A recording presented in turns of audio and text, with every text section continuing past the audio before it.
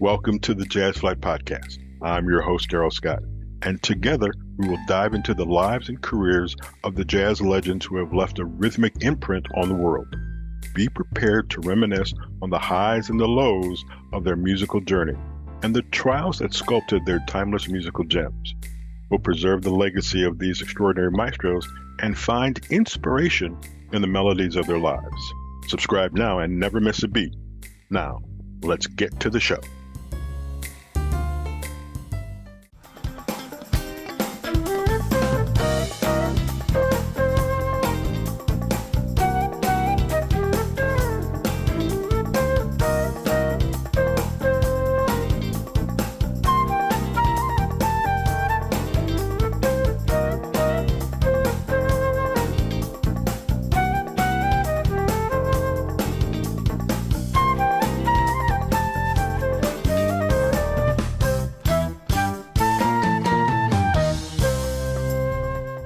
Hi, everybody. It's Darrell Scott.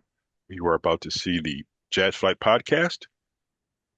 It's a chilly day here in town. I'm just trying to get through it. And sometimes you get through it with very warm people. I have no idea where I come up with this stuff from, but it just rolls off the tongue. Ladies and gentlemen, I want to introduce you to Paula Atherton. Paula, how are you today? I'm doing great. Thanks so much for having me. Not a problem. Now, I've never known how to do this or say this correctly. You play the saxophone and the flute. Is that what I understand?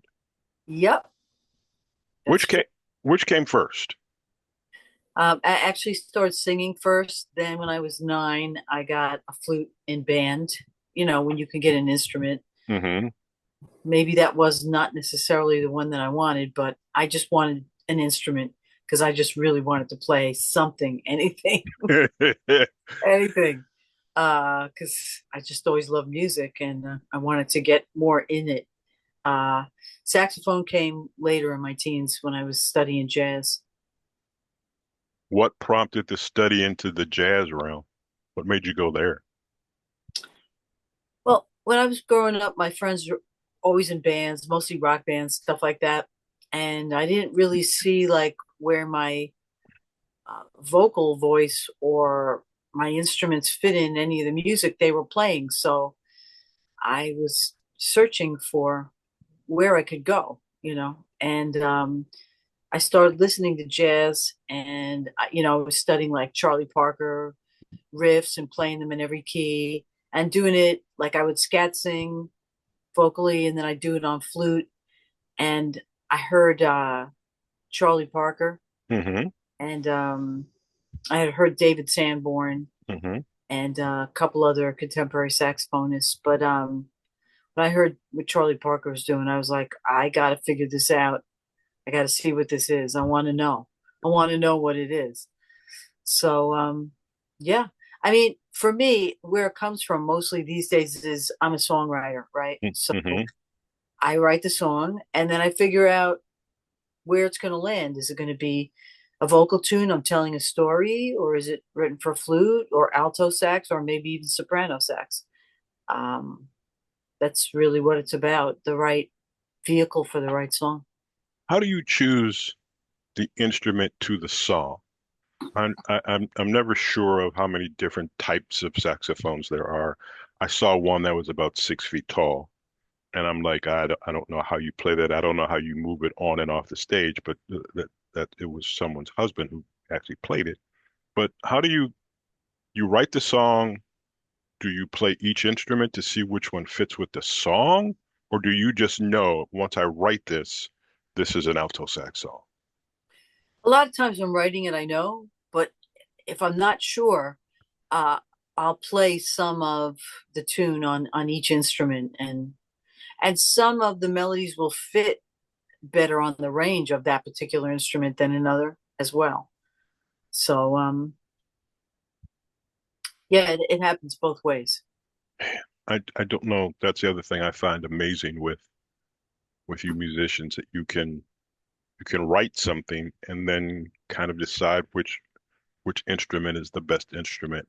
Now, when you write the song and come up with the instrument, are you playing anything else? Are you doing drums, keyboards, guitar, bass, anything like that? A lot of times I'll lay down chords when we're first starting to work on something like in the computer. I either start by doing that or I write out the tune on manuscript paper just to get it started and so I don't forget it. And sometimes I got a lot of things in my voice memo as well in my phone. Um, but that's how it usually starts. And like I said, I play a little bit of keyboards, not really any guitar or bass, but I could do a bass line on the keyboard just to remember it and get it started. Because my wonder is which instrument comes first when you are composing a song? Are you going to play a couple of chords on the keyboards? Are you going to just write out the whole song and then fit everything in between it and do layer upon layer? What is your process for creating the final song? Well, creating the song is different from recording the song. Okay. Creating the song, you take whatever you get, whatever that may be. Sometimes you'll be sitting at the keyboard, you get an idea, like a harmonic idea. Sometimes I'll be practicing and I'll play a certain. I talked to Keiko Matsui about this too, because she employs this a bit when she writes. She'll be practicing and she records herself practicing and searches for a motif, Hmm. a little something that catches her, Right. and be like, "Oh, that right," and then take that out and have that be the seed for the song. You can get a melody. You can get. Sometimes I'll hear a hook in my head or some lyrics about something, or there's no there's no way to get inspired unless you listen to something that inspires you. But these things are kind of like gifts that come to us. So it's like when people say, when's your next album going to come out? It's not like they're not donuts. They're not donuts. No, they're not. So you have to get the ideas, right? Hmm. Make the idea into an actual song, get musicians to play on the song. There's a lot of things involved. It's not, it doesn't happen overnight. So then how long, if we just said one, okay, Moonlight Drive, which is out now. How long did it take you to from birth to being able to send it out? How long did that take? So that song's a little bit different in circumstance because that one Nelson Braxton produced. Hmm. So he came up with the track, like the backing track, the rhythm section instruments, and a feel for the groove and a good part of the melody, and we co-wrote the rest of it together. So being that a lot of the tune was already there, Hmm. I played on it in one, maybe two sessions. Sometimes I'll do most of it in one session, then I go back and I add harmonies, or if I'm doing like a horn section thing, maybe I'm gonna play, I'm gonna double parts and add parts and things like that. So Does your brain ever just turn off and not do music? it doesn't turn off, period, because there's if I'm not doing something, Hmm. I forgot to do something. That's what it is. Okay, that's two things I'm going to steal from you, but I will give you credit for that. That's okay. Um, Do whatever you want. all right. You are, and I've done, I don't know, maybe 10 interviews with women, and I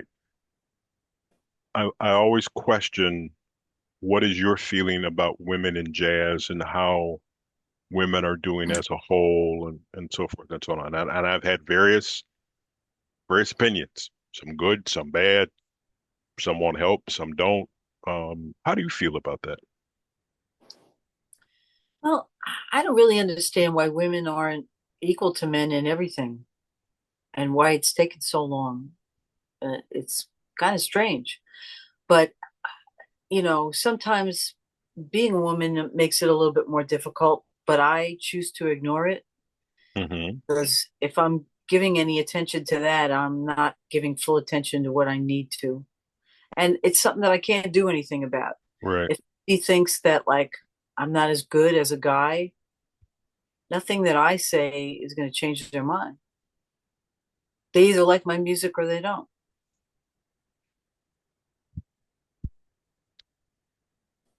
Right? Right. Like that. Love that. Um, I think we should just get a collection of songs written, produced, played by women and just call it, give it that title. If you don't like me, here, like my music and tell me. Um, what is your creative process for creating a song, for creating anything that you've ever done? Well, it depends on what it is and what part of it I got first. Hmm. Um, and like I said, it's all different. Some things are just like pulling teeth. You get four measures, like a short little thing, and you're like, okay, I'm waiting. Somebody, anybody, give me something. It's sometimes it takes a while, and then I'll be out walking my dog, and I'll be like, there it is. Like you have to walk away from it. It's like trying to memorize music, or memorize anything. You can't Hmm. keep just pounding on your brain. You have to take in a certain amount, and then you have to walk away. Then you could come back, and things are different when you come back. They're like Yes, fresher, and you usually get a better perspective. You know. it is sometimes such a fight. I sit up here and before, once I get a confirmation that I'm going to have a guest, I go back and I start going through Google and anything I can find to get information. And you're so right. I sometimes just go, okay, I'm done. Let me go back, sleep on this, and come back the next day and see what I can come up with. If I can come up with more questions or find more things. And sometimes it's a struggle, and then there are other times it's like, how did you not see that? Where did that come from? And it's a process. I'm always interested in the creative process for people because what I do has a certain degree of creativity, but what you guys do is so different, and it's an ongoing thing. I can take a week off. I can do 5 interviews in a week. That means I'm good for a month. But if you have that deadline of my CD, my project, my EPK, whatever has to be out on a certain date, that's a whole bunch of pressure. I don't know if I want to have to deal with. I don't necessarily want that deadline. Yeah. Well, if you're in business for yourself, you always have a certain amount of deadlines. I run my own label, so you know, I have deadlines with my distributor to have paperwork in and certain things done. It's just part of what you do. Now, when you say you run your own label, can you give me what your responsibilities are with that? Because several people have said it, but they haven't expounded on exactly what it is they do to run their own label and how much of the creative process are in control of. Well, I'm the only person on the label. Other people have asked me about that, but I know how much promotion goes into just my stuff. I wouldn't want to sign somebody without being able to give them that kind of time because I Hmm. don't think it would be fair. Um, so, in terms of my label, I had set up an LLC. Hmm. Um, I have a distributor right now, CPI, who's in Ohio. Um, and every time that I have either a full release, like an album length, Hmm. or a single, I have duties that have to get done. For radio and for my distributor. So right now I'm working on a new single that's going for ads January 13th. Hmm. So I actually have to press a certain number of CD singles. So I'm trying to get the artwork together for that. So my distributor gives me all this paperwork. I have to put in like the UPC code, the ISRC code, write up little blurbs about the either single or the album, certain points about it, and this just paperwork, general paperwork like that. I found out recently that, you try to get everything in relatively early so everything's on time. But as far as like pitching for playlists like Spotify or Hmm. that sort of thing, that the single has to be in 2 months early. Wow. So I just found that out. I got to have everything in by November 21st. Okay. I won't hold you long because I guess you got work to do. But I was like, what? Okay.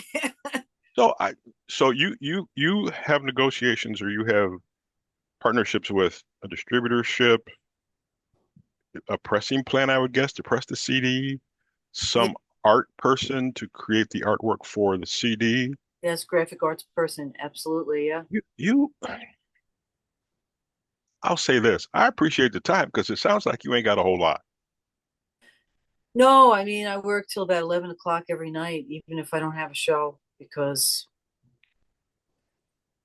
I You- could just be up all night. I have the list. I got the list, Jeez. you That know. is, and before we do that, let's do this first because people don't come to hear me. They come to hear your music. So, ladies and gentlemen, we're going to take a little short pause and listen to some of the music that Paula has done. This is the latest release called Moonlight Drive on the Jazz Flyte Podcast.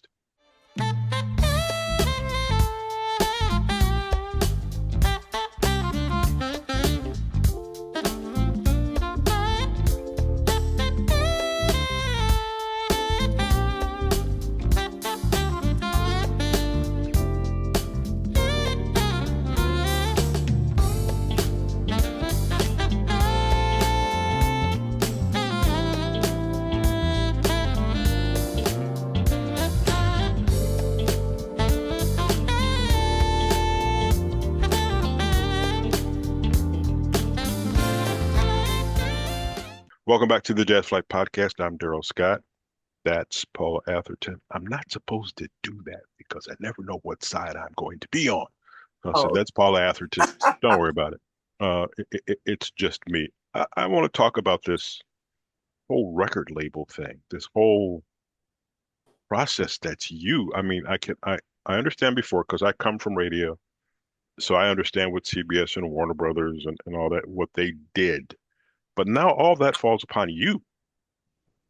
So you set up your own tours, you press music, you got to come out with, I don't know if you do one single every 90 days. I don't know if the CD is 10 songs or 12 songs.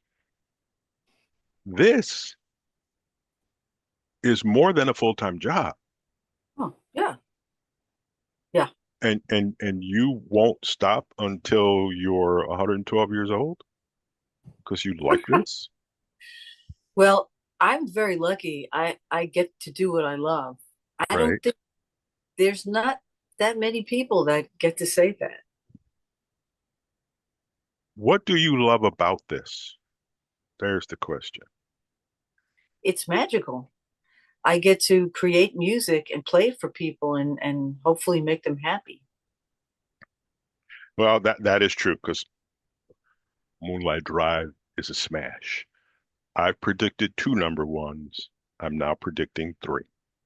Wow. I shouldn't brag about that, but yes, I was interviewing two people earlier and they each had a song out and each of their individual songs went to number one. So I'm blessing you or whatever that is. Well, thank you. Not a problem. And keep let our folks know you did a cover of one of my favorite. It's not Motown. I don't know what I would call Curtis Mayfield. Curtis Mayfield tunes called "Move On Up." Why Yes. why did you pick that song? And it's such a I say it's an uplifting song. I don't know if everybody agrees with me, but go out and listen to Curtis Mayfield and Move On Up. Why did you pick that song? Uh, I always liked that tune. I remembered that horn line. Yes, I think I yes, was watching Colbert one night and they came on and played that. And I'm like, what's the name of that tune? I had heard right, it before, but I didn't know the name of it. So, you know, uh, I've done a few covers. I don't do tons of them. right, When I play, I mostly play my music. right. Uh, if I do a cover, I try to make it my own, do something different with it. Hmm. So, Hmm. there's that. If I can't think of something entertaining or that sounds good to do with a particular single, I'm not going to do it.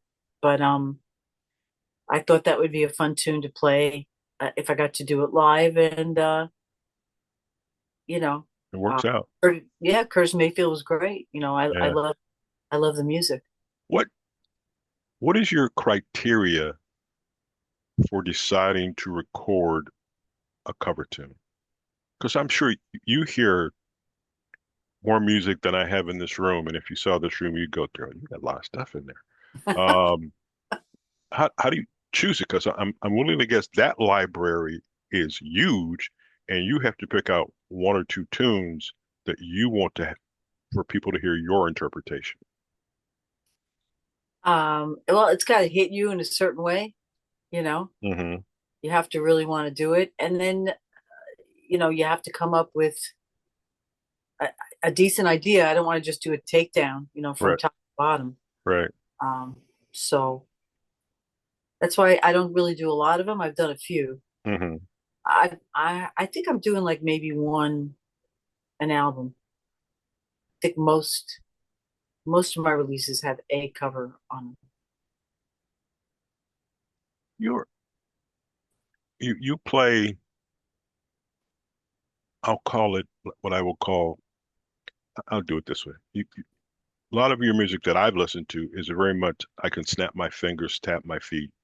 It's got a kind of energy to it. Is that what you're trying to give your listeners, is a little bit of energy, something to kind of pump them up to get their blood flowing? Sure, if it hits them in any kind of positive way, then I'm with that. When I'm home in New York, there's no jazz radio station here, so there's really nowhere to play my kind of music. Hmm. Sad but true. So I sometimes work for this company called Music That Heals, and I have a music therapy background, and we play music for people in hospice and cancer patients and autistic kids and populations like that. And there you really get to see the magic of what music can do.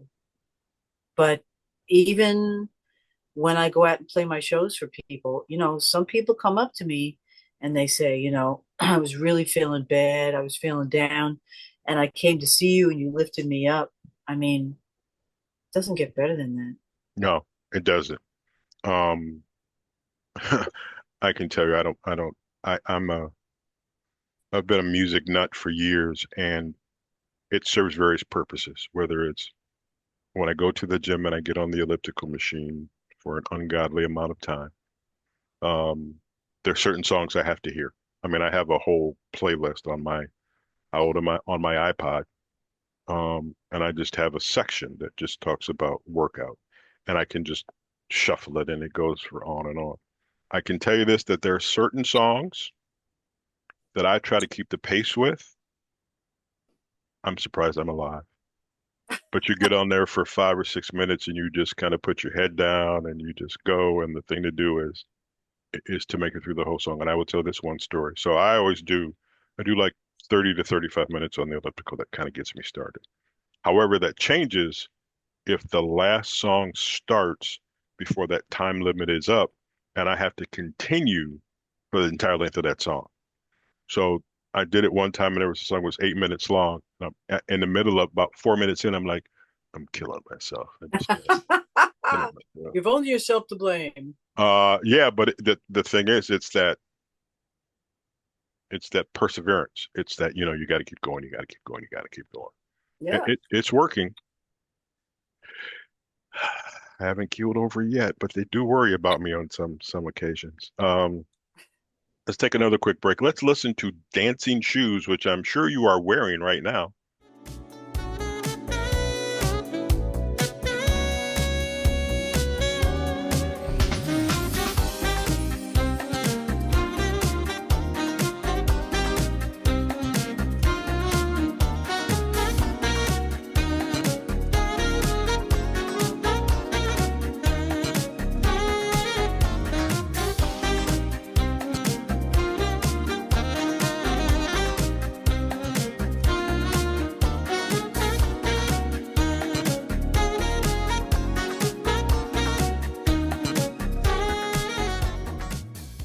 Paula, Yes. what else do you have that's going on? What you've got new music coming out? Anything else? Are you playing with anybody? Can we hear more music? What can we hear?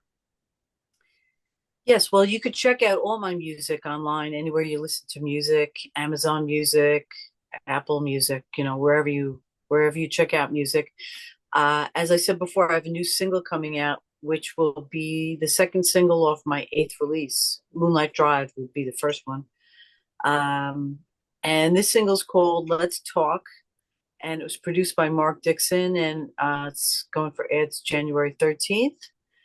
Um, I'm writing and recording stuff for my eighth release this year, so we'll see when that does get finished.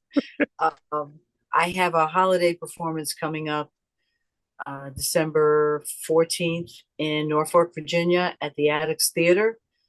And I'm going to be appearing in WTVR on the 13th on the morning show to talk about December 14th and also February 15th, which I'll be doing a Valentine's Day show also in Norfolk at the Attucks Theater.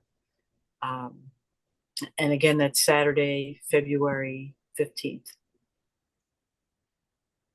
You're based in New York. Yes. I'm based in Cleveland. We have one thing in common. Cold? Wet. Thank you. Weather. Yeah. Is it tough in the wintertime to get out and do gigs, or do you not have a fear of flying and will go anywhere the plane will take you? I like flying. I know a lot of people don't, but I like it. And especially like flying a particular airline that I should probably not mention. But I get it. yeah, I got one of their proprietary credit cards, and it's a good one to get because you wind up magically getting bumped up. Ah, Yeah. so when you fly, when you're packing, do you carry all of your instruments on, or are they put into the bow of the plane and you hope when you get there, they get there? See how scary that is? Yeah. You can't really do that because the airlines have no liability. So that means your instrument could be stolen or broken. They'll say, sorry, that's it. So do you carry anything on? Do you carry when you're doing a show, do you take all your saxes? Do you take all your instruments with you? Well, you can only, as you know, have two items to get on the plane. Right, yes. So my one item is my alto in a hard case. So I don't bring my soprano because I can't. Hmm. And for about 15 years, I was touring with a 20-inch suitcase, which was fine with everybody. But I had an incident about a month and a half ago where a certain supervisor at a particular airline threatened me and said that he either needed my saxophone or my suitcase, which has two wireless mics, my flute, my purse with my wallet, and my iPad. Let's see, which one should I give him? So he can throw it down the chute. And he said, you'll find it on the carousel. Do you create relationships with folks in airports so that you can carry all this stuff? Because that's your livelihood. Well, this particular creepy guy, I've since reported, and we're between myself, the president of the AFM, Musicians Union in New York, Hmm.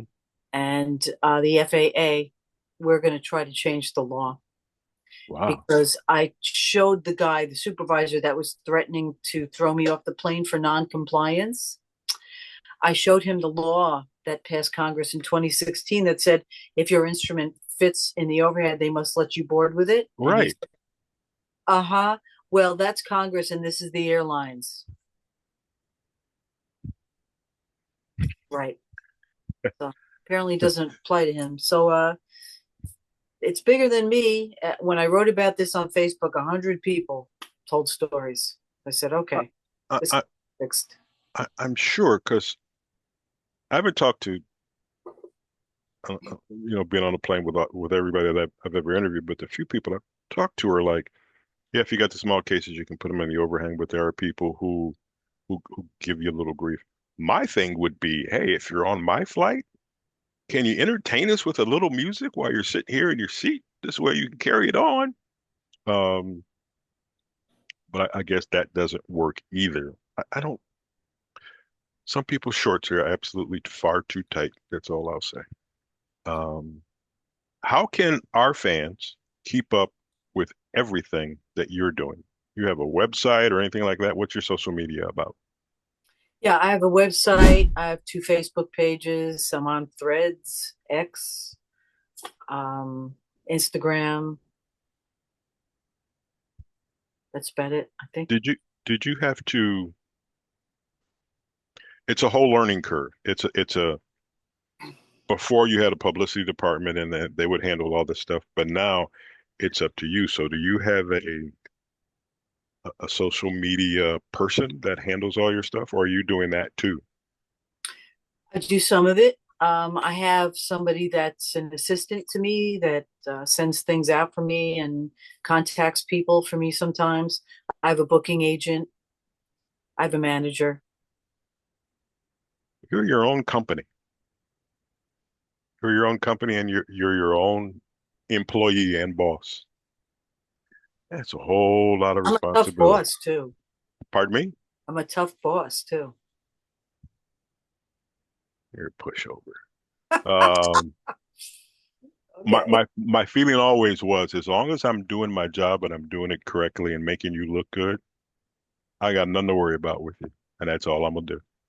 Um, we probably have to sit down and talk to decide which direction you want to go in and stuff like that because th this is you. What I'm doing is to benefit you. What and then what I do, hopefully I grow as a person and in my position. But I just can't imagine getting up at 6 o'clock in the morning, having breakfast, working out, sitting in front of the mixing board, mixing a song, going to the next one, adding this track or this whatever. Then all of a sudden getting on the phone to talk to the distributor, the pressing plant. You handle your own mailing, I would guess. That it makes for a very long week in one day. Yeah, I always say that, I need a planet that has more than 24-hour days.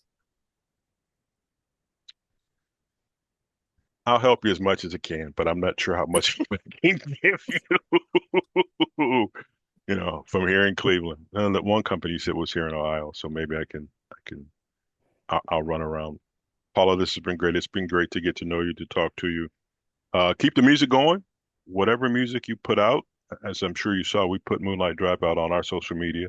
Thank you. And we've got some other things planned that we will do. And as long as we're on your list and getting stuff, we'll get it out there to our fans. You're a tremendous talent.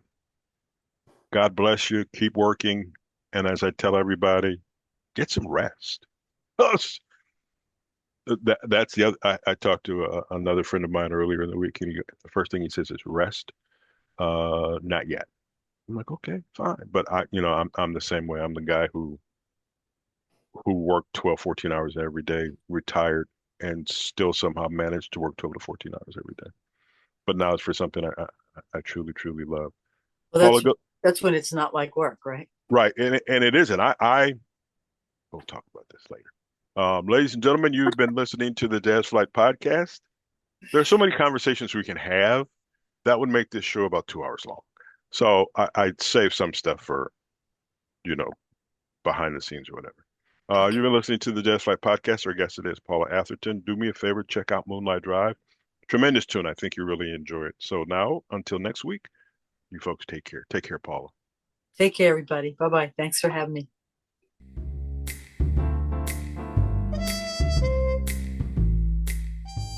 Thank you for tuning in to the Jazz Flyte Podcast.